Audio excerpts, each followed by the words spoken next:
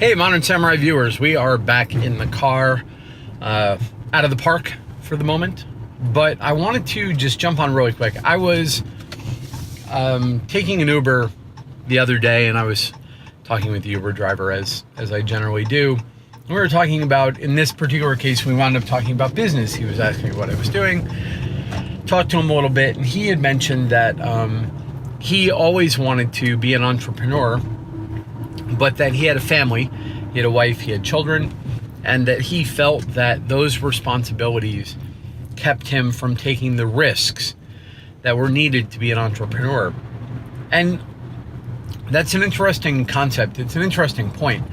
And we'll look at it from two ways. One, there is a risk to entrepreneurship. It has costs. There are monetary costs, there are personal costs, there are opportunity costs while you're doing that. You can't be doing other things. And there are risks, both interpersonal and emotional and whatever. And this is one of the reasons why I get so angry and frustrated when you hear someone say something stupid like, you know, the guy who owns that company doesn't deserve to make all that much more than the people on the factory floor. They're the ones doing all the work, and without them, he wouldn't have a company. And that's fascinating because it shows a fundamental misunderstanding about what the real difficulties of business are. Now, let's say you take a place that, I don't know, an oil change place. Well, let's go even simpler. Some place that changes tires.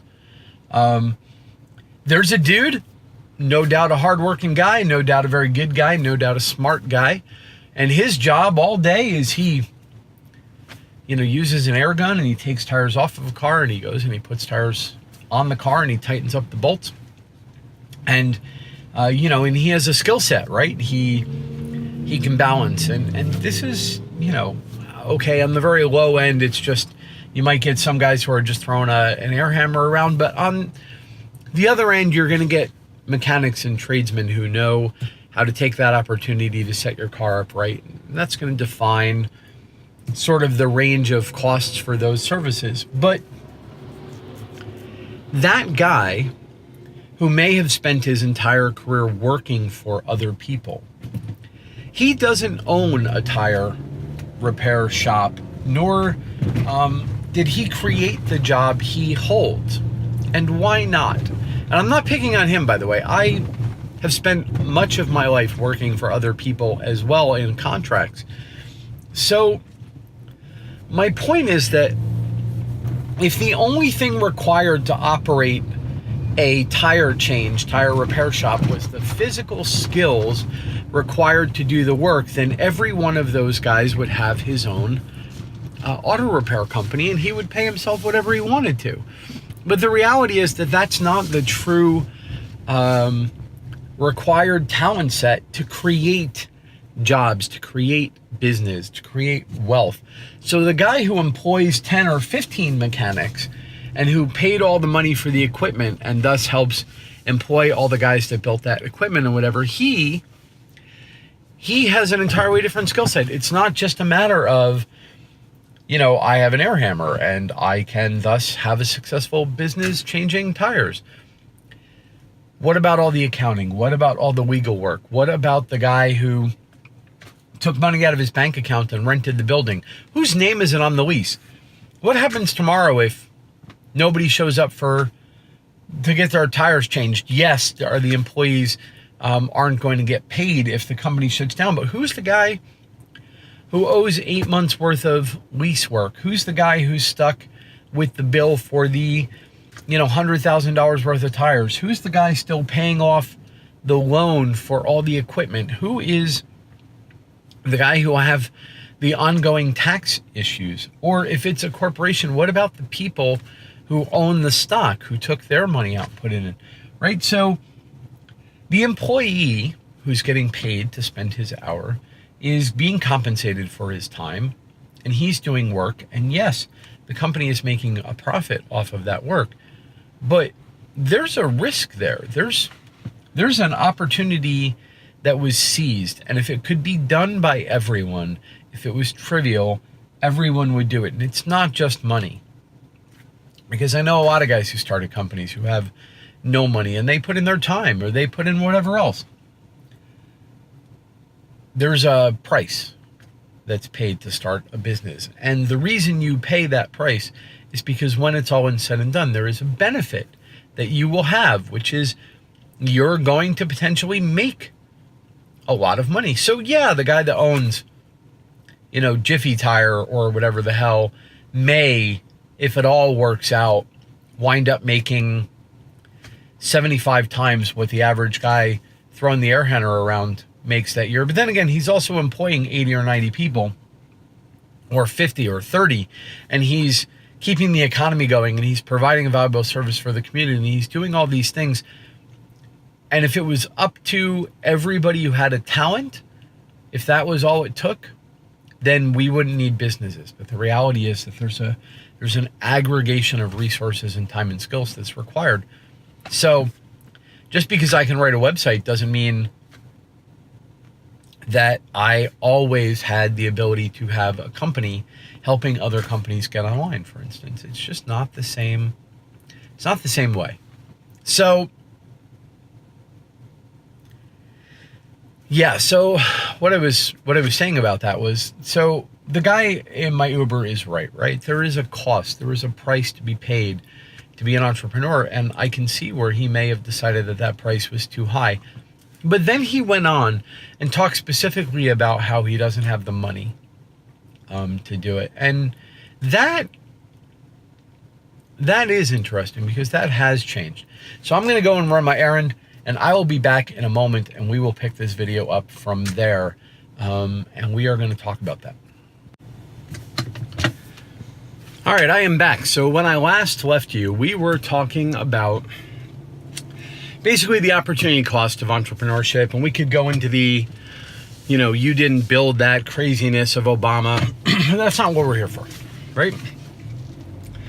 So I'm talking to this guy, and let me recap for myself, right? He's talking about how he's not always wanted to be an entrepreneur, but couldn't be because of his wife and his kids, and I understood because there was a risk to becoming an entrepreneur. And then, but he did mention money as his primary concern, and I was thinking about it, and I was speaking to him about it, and I realized that, and we'll use Amazon as an example here, but this is true in a number of areas across a number of industries.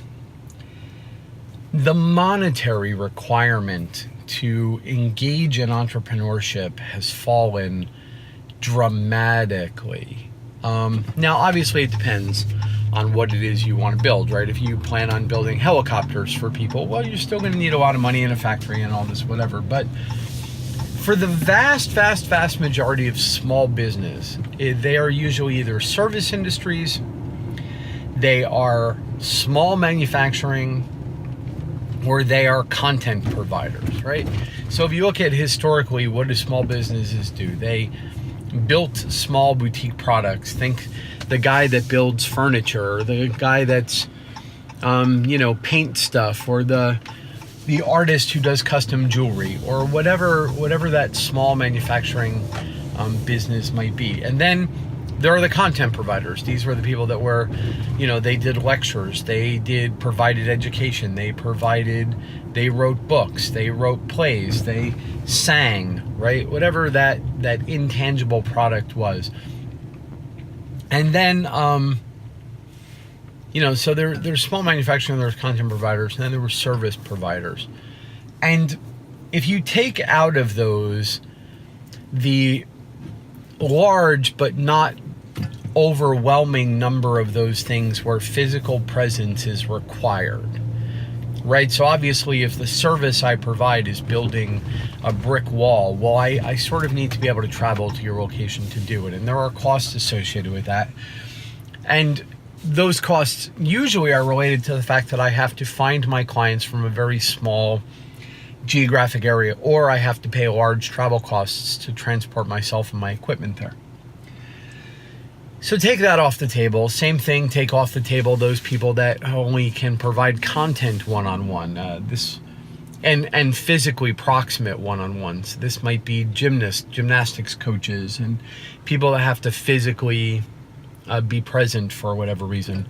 And, you know, so obviously there are businesses where what I'm about to tell you doesn't work, but there are huge classifications of business these days where you do not need to provide your own infrastructure, and that was always one of the most expensive parts of starting a business, right? So if I don't need to provide my own infrastructure, can I make a right on red here? I think I can.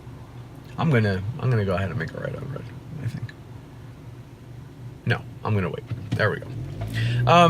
You don't need to provide your own infrastructure anymore.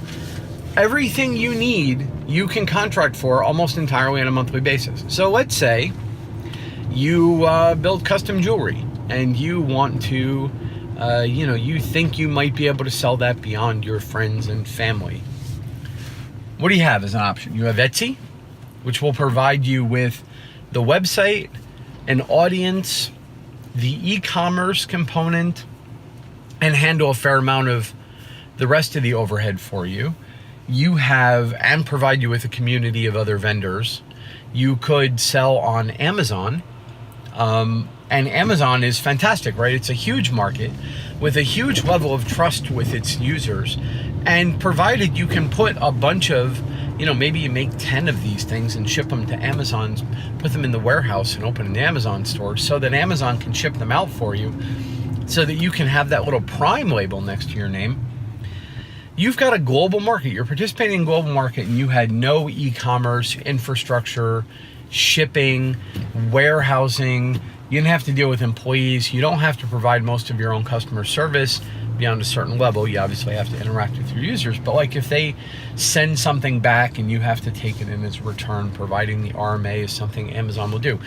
Now, is all that stuff going to cut into your profit margin? You know, yes, of course, you're going to pay more for processing. You're going to pay for the Prime shipping. You pay Etsy a cut. You do all these things. But most of that, that cost is one that can be borne in a very small increment. So instead of needing $50,000 or $100,000 as a startup, you could probably invest $100 a month for a couple months and get rolling and see if there's any interest in what you're doing. And it's the same thing with authors now. You know, you can provide books via Amazon that are printed on demand. You make less a book? Yes, of course you do. But did you have to come out of pocket $50,000? Do you have a garage full of books that you can't sell anymore? No, not at all. A lot of content can be provided directly via YouTube or Facebook.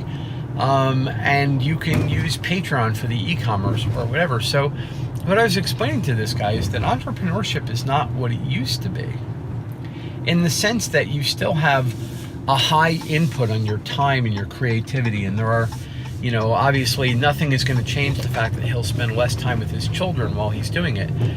But his concern had primarily been money and the financial risk to his family if he took $50,000 or took a second mortgage out on their house and tried to start a business.